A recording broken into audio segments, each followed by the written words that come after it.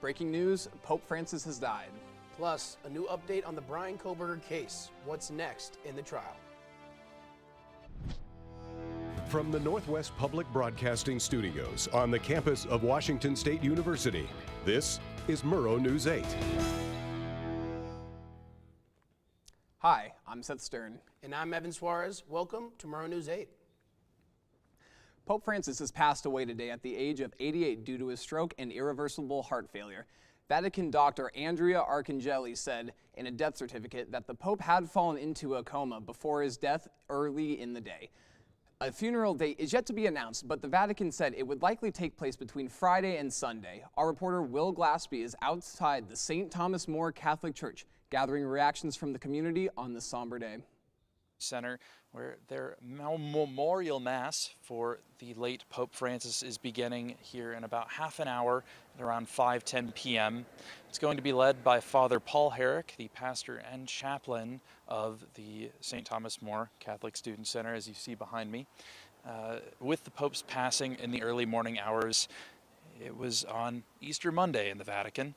He was 88 years old. The Catholic Church now enters a state of sede vacante, which is Latin for the seat being vacant. And the papal seat will be temporarily empty until a new pope is elected. This is a moment for prayer, remembrance, and reflection across the community. I'm Will Glaspie reporting in Pullman. Back to you guys at the desk. Thanks for that, Will. And in an update on the Bryan Kohberger trial, Judge Stephen Hippler ruled that Kohberger's legal team will not be able to tell a jury about his autism diagnosis unless he takes the stand in his own defense.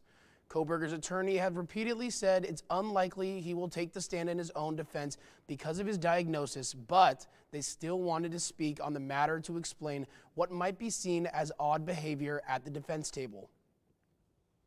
A 34-year-old man has pleaded guilty to raping a child in Pullman. Davis Ennius pleaded guilty to second-degree rape at the Whitman County Superior Court on Friday morning. The case began in April of 2023 when Pullman police responded to a domestic violence call. He is set to be sentenced next month. A 19-year-old policeman has been charged with child rape for allegedly sexually assaulting a young boy. Jackson Rope has been charged with first-degree child rape in Whitman County Superior Court. Rope pleaded not guilty on Friday during his arraignment in Colfax. He has not been arrested and is on pretrial release and has been ordered to have no contact with the alleged victim. He's currently scheduled to stand trial in July. The suspect from the 2021 fatal shooting on Pullman's College Hill is standing trial for manslaughter this week. 26-year-old George Melvin Harris III faces felony first-degree manslaughter in Whitman County Superior Court. Harris is accused of shooting his 23-year-old roommate in September. He also reportedly shot former WSU football player Brandon Gray, but states he was acting in self-defense. Harris's manslaughter trial is scheduled to run through most of the week in the Whitman County Superior Court. Pullman's downtown reconstruction project is still facing delays. Originally set to finish last fall, the latest schedule now aims for completion this Friday. Remaining work was supposed to be done last Friday, but was pushed to the end of this week. This project is now months behind and millions of dollars over budget. And WSU has commented on the continuing development of 3 international students who had their student visa statuses revoked. As of last week, President Cantwell released a school-wide email talking about the 3 students and advising those who could be affected about what to do. Phil Weiler, the spokesperson for WSU, said this about the abundance of recent and different federal actions. In the past, there was typically a process that was used. People were made aware. There was time for them to make arrangements. For whatever reason, it doesn't appear to be working that way currently. The way that Washington State University is learning about these is there is a national database of students. WSU staff have been checking that database several times a day to see if any of our students have had their status change. Weiler says that WSU is prioritizing students' safety, navigation of the situation, and ability to complete their degree. The Pullman City Council meeting is happening tomorrow at 5:30 in the City Council chambers. They'll be talking about economic development. Economic Development Manager Sean Miller will be presenting a complete review of Pullman's economic updates and efforts over the past year, as well as focusing on a planting seed strategy for long-term growth. Residents and business owners are encouraged to come and ask questions. But residents should know that this could be the last city council meeting for a while. The following meeting has already been canceled, and there are tentative cancels for May 6th and May 20th, so watch out for that. The Port of Whitman County has pledged up to $40,000 to support OT Coast Transportation Project. This grant will assist in maintaining and enhancing transportation services for seniors and individuals with disabilities in the region. Look up, clear skies are on the way, and so are the stars. Emmett will tell you more coming up with the full forecast. Feels like no matter where you look, the state of the world's getting worse. Oceans full of plastic, an endless amount of waste, an impossible task ahead of fixing our beloved planet. But change can't happen if you do nothing. So here's where you should start. Reduce.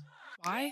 Because Americans produce more than 200 million tons of waste every year, and you don't want to add to that. Reuse. Why? Because reusing and repurposing cuts back on unnecessary waste, and it gives things a chance at new life. Recycle. Why? Because recycling creates jobs. It helps our community and it helps our planet. And after doing all this, what will we be left with? We'll be left with a planet that will slowly start to heal. We'll be left with more money in our pockets. We'll be left with more opportunity for work. And most importantly, we're left with hope for the future. So reduce, reuse, recycle. The Idaho Center of Disabilities and Human Development is hosting the 2025 Art Ability Showcase on April 21st at the 1912 Center in Moscow from 5 to 7 p.m. This free event celebrates work created by adults with disabilities in the Palouse area. Light refreshments will be served with art available to purchase. A fire broke out at a motorhome in Lewiston this morning. While the fire was put out by the motorhome's owner, she was taken to the hospital for smoke inhalation. No injuries caused by the fire were reported, and the cause of the fire is under investigation. Well, as we enter the last little bit of April, will we see any more April showers? What's the weather looking like today and for this week, BG? Well, fellas, it's a good time here in Pullman, Washington. We got a high of 52, low of 31. It's partly cloudy today, but we're just going to see a bunch of sunshine. So with that is going to see some beautiful night skies. So if we're going to get this graphic up here, if it's springtime. So if you look to the north at 8 to 10 p.m., you are going to see the Big Dipper here right on top of the North Star. And as we're looking at it, going into the next one, if you just veer off right here, Icarus is right alongside it. And then if we keep going, we see Spica. So a bunch of fun if you're looking at the night sky. Looking at tomorrow, again, beautiful sunny day. Going on into the state map. Across the state, it's a good time. But if you don't have too much fun, make sure that you're wearing your sunscreen, you're having protective layers, covering yourself. We're going to go to the 5-day. It's fantastic. Come on, look at this. I can't get enough of it. It's going to be a great time. Fellas, what else can I say? You just have something fun ready for planning. I mean, it looks like I'm going to have a lot of fun. And speaking of that, coming up next, Josiah has highlights from the 2025 Boston Marathon.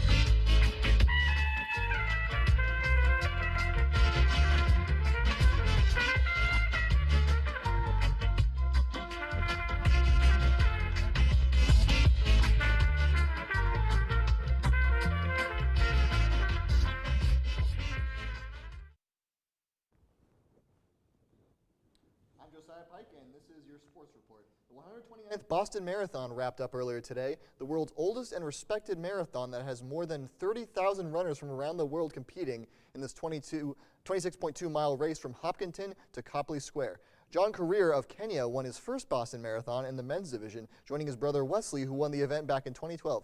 And Sharon Lekedi of Kenya won the women's division in a course record time of 2 hours, 17 minutes, and 22 seconds. And moving over to baseball, the Cougs wrapped up their series against Nevada with a 13-1 victory in a home game that saw all starters getting a hit. This was the only win WSU saw against the Wolfpack, as WSU's record moves to 15-23 with an 8-10 Mountain West Conference record. The Cougs will next see action this Wednesday as they travel south to play UC Davis.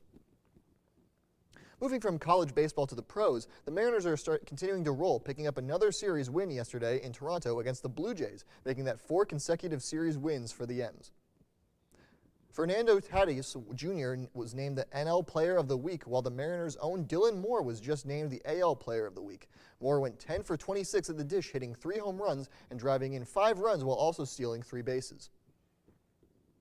In other Cougar athletic news, WSU won their tennis match against Santa Clara on Saturday, winning 5-0. The next big event in the Coug tennis will be the WCC Championships on Thursday.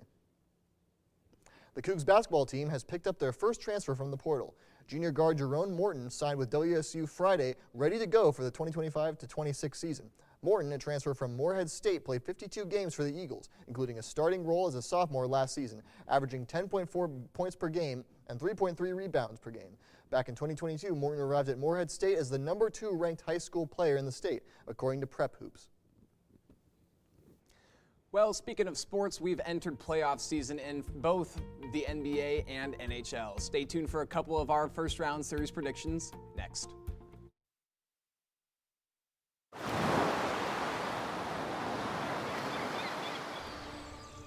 Hear that?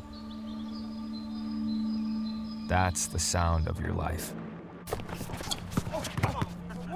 Perfectly imperfect.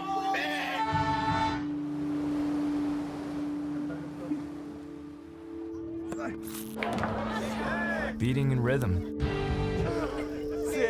to the world you've created.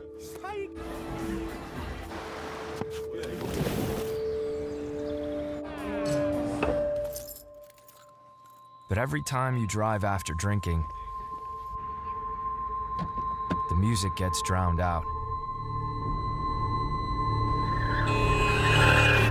Your life sounds pretty great. Don't let a buzz ruin it. Buzzed driving is drunk driving. Don't drive buzzed. We've entered the playoff season in a couple of our major pro sports leagues, the NBA and the NHL. With the first round still getting going, do you guys have any spicy picks for a first round series winner? Well, I know what you were talking about with us earlier, and yours was the Minnesota Timberwolves over the Lakers. You've been saying this. That is true. You have been hot on this, and would you look at that? Their game 1, they took care of business in LA. So yeah, not a bad start. My hot take, after getting beat by the Edmonton Oilers in the NHL playoffs for 3 years in a row, I think this is the year that the Los Angeles Kings finally make it past the first round. I don't know about you guys. If you guys got any more takes on sports, Josiah? Well, I ain't no scholar, but I'm gonna say I agree with I'm gonna agree with you two guys because you sound like you know what you're doing. Yeah, Hey, appreciate that. ditto what he said. Yeah. I mean, growing up in Seattle, we didn't have a basketball team, we didn't have a hockey team, and so I am not really as invested in these playoffs. I'm more focused on the big dumper. Go Mariners. There we go, and thank you guys for watching Murrow News 8. Make sure to follow our socials.